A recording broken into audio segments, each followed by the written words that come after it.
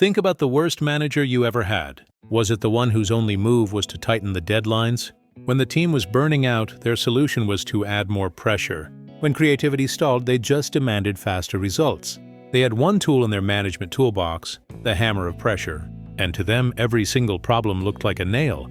Or maybe it's a well-meaning friend. You tell them you're struggling, and their immediate response is always, "Just think positive. It doesn't matter what the problem is. A layoff, a breakup, a health scare. The answer is always the same." Positivity is a great tool, but when it's your only tool, it becomes a cage. Why do we do this? Why do we get stuck on one solution, one way of seeing the world, even when it's clearly not working? The answer is a cognitive trap, a blind spot so common and so powerful that it might be dictating your life without you even knowing it. It's called Maslow's hammer, and today we're not just going to spot this trap. We're going to build the blueprint to escape it. Welcome back to Psych Blueprint. The famous idea, if the only tool you have is a hammer, it is tempting to treat everything as if it were a nail, was brought to the world by psychologist Abraham Maslow. He called it the law of the instrument, and it's a profound observation about the limits of expertise. The hammer is any skill, belief, or strategy that you're comfortable with. It's the tool you trust. For a data scientist, the hammer is a spreadsheet. For a writer, the hammer is a story. For an entrepreneur, the hammer might be move fast and break things. So what's your hammer? The danger isn't the hammer itself. The danger is that we start to reshape every problem we see until it looks like a nail. We stop seeing the world as it is and start seeing a world that conforms to our favorite tool. A marketing team facing a crisis might see it as a branding problem. The engineers see it as a technical problem. The legal team sees it as a liability problem. They could all be wrong. The real issue might be a problem of trust, which requires a completely different tool to fix. When we over-rely on a single tool, we become predictable. We become rigid. We stop learning. But to break the cycle, we have to understand why our brains build these traps in the first place. While Maslow made the idea famous in 1966, the first person to formally name this phenomenon was the philosopher Abraham Kaplan in 1964. He called it the law of the instrument, observing that scientists would often apply their one successful research method to every new experiment, whether it fit or not. At its heart, Maslow's hammer is a bias of comfort. It's our brain's tendency to choose the familiar path over the most effective one. It is intellectual laziness disguised as mastery. So why is our brain so lazy? In the smartest way possible, it's trying to conserve energy. Learning a new skill or thinking from a new perspective is hard work. It burns calories. Using a mental shortcut you've used 1,000 times? That's as easy as walking down a paved highway. Your brain will always prefer the highway to hacking, a new path through the jungle. This is amplified by what's called functional fixedness. It's our inability to see an object as anything other than its traditional use. If I give you a brick, you see a building material. You don't immediately see a paperweight, a doorstop, or a workout weight. Maslow's hammer is functional fixedness applied to our own minds. We become fixed on the idea that our expertise, our worldview, is the only tool we need. We see a brick, and we can only imagine building the same old wall again and again. This isn't just a quirky brain feature. It has shaped history and destroyed empires. Look no further than Blockbuster.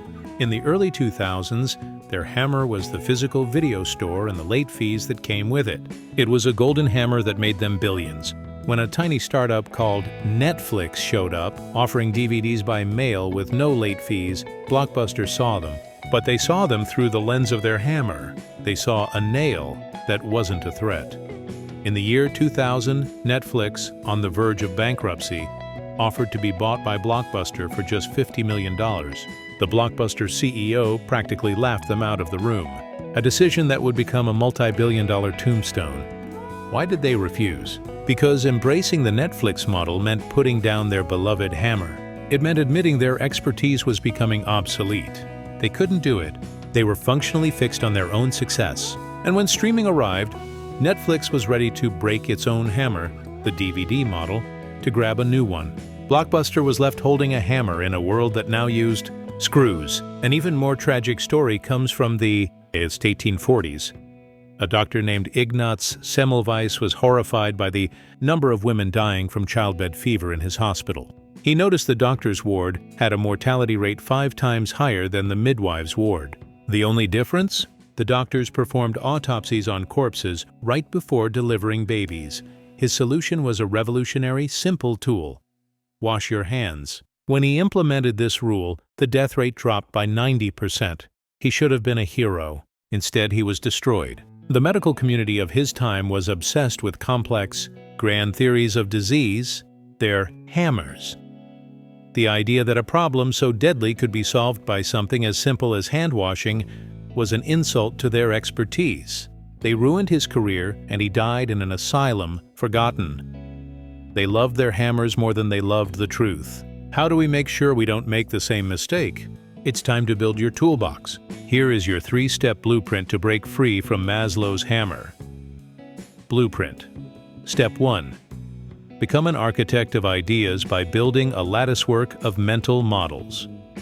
This is the master plan from Charlie Munger, Warren Buffett's legendary partner. He says you need to learn the 100 or so most important models from all disciplines: economics, physics, biology, psychology. Each model is a new tool. From economics, you learn opportunity cost. Everything you choose to do means giving up everything else you could have done. It's a tool for making smarter trade-offs. From biology, you learn evolution. Small changes, compounded over time, lead to incredible transformations. It's a tool for building habits. From physics, you learn inertia. It's harder to start something new than to keep it going. It's a tool for understanding motivation. You don't have to be an expert. Just learn the big ideas. Stop being a carpenter with one hammer. Become an architect with a full set of plans. Blueprint. Step 2. Find the blind spots with inversion. Instead of asking, "How do I succeed?" he asks, "How could I guarantee failure?" Your brain will immediately spot the pitfalls you need to avoid. Instead of asking, "How can I be more productive?" or invert it, "What would be the perfect way to waste my entire day?" The answers are obvious. Check your phone every 5 minutes, say yes to every meeting, never make a plan. By simply avoiding those things, you engineer productivity. Inversion is your crowbar. It pries your mind open to see a problem from the opposite direction. Blueprint. Step 3. Diversify your thinking by forming a personal board of directors. You don't have to have all the tools. You just need to have access to them. Surround yourself with a small trusted group of people who think differently than you. An artist, an engineer, an entrepreneur, a teacher. Before you make a big decision, present the problem to them. The artist will see the emotional angle you missed. The engineer will see the structural flaw. The entrepreneur will see the hidden opportunity. They are the keepers of the tools you don't yet have. This isn't a sign of weakness. It's the definition of wisdom.